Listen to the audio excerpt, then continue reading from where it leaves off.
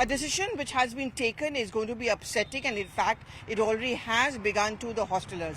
What has been ruled by a Bengaluru court is an endorsement of a decision by the GST Council that there would be 12% GST applied as far as the hostel accommodation is concerned, which means if you live in a hostel and you have to pay a rent, then the landowner, the one landlord, also has to pay that 12% GST. The students will also have to therefore incur that cost, and this is something which has upset many.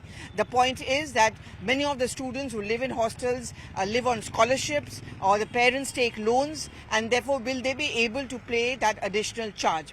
But what is it that the Bengaluru court has ruled in favor of this GST? What they're saying is it's not like living in a house accommodation. It's not like living in your home where you get that GST exemption. This is in the same sink as, say, living in a hotel or in a club, and therefore GST accrues on this. As expected, politics has broken out over it. Already the Congress party has started attacking the government, saying that so many parents take loans to ensure that their children study either abroad or outside their homes, and they live in hostels. And with this cost of education being high, and also the fact that many of them take loans, this additional expenditure by way of GST is actually going to add on to their burden. But what Finance Ministry sources are telling us is that this is not something which is in our control.